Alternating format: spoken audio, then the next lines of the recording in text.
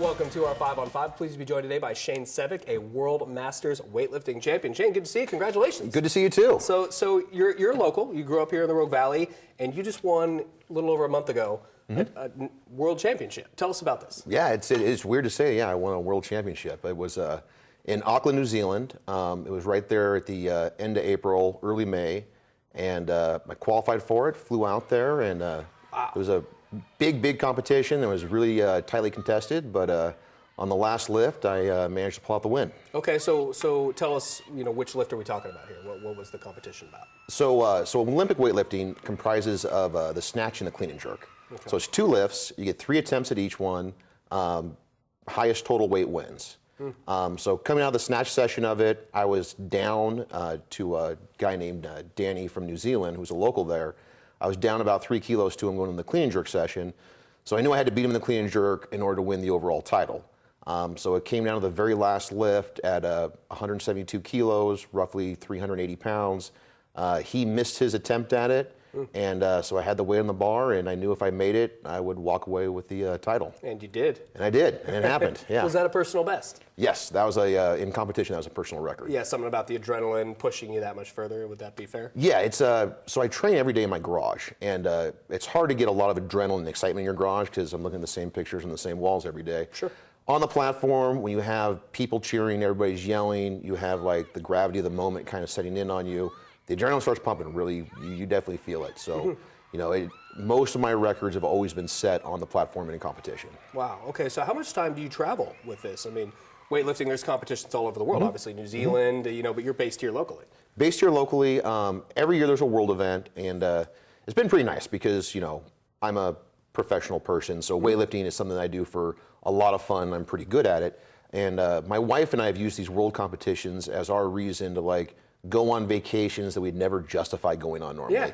So 3 years ago, there was one, my first ever Worlds was in Copenhagen, Denmark, and I've never been to Europe before, and I looked at my wife and said, hey, we've been married for a year. Do you want to go on a 1-year anniversary to Copenhagen? And she said, absolutely. And I was like, so I'm going to have a weightlifting meet there. And she goes, oh, I see why you want to do this now. So we've used these events as our reason to go on these big vacations. Obviously, New Zealand, even though it's a bucket list location, it's somewhere I always wanted to go, it's a 16-and-a-half-hour flight there. I mean, it's a lot of travel time. So this kind of helped justify why we'd go on these big trips. Very nice, very nice. We're going to take a quick break.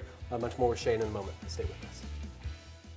Welcome back to our 5-on-5. Again, we're here with Shane Sevcik, a World Masters weightlifting champion. So Shane, we did the story, Cassie Nelson, a year or two ago. Yep. Did the story with you about an incredible, horrific injury you suffered. Tell us a little bit about that. Yeah, it was one of those, we all have those times in life where wow, that was really close. Like something almost happened to you when you just kind of dodged it. Well, this was that one time I didn't dodge it. One of my very best friends, he was backing out. He had a big Dodge diesel truck, and he was pulling out of my driveway. And I was leaning in the passenger side window saying goodbye to him when the truck was in gear and his foot slipped off the brake and stepped on the gas on accident.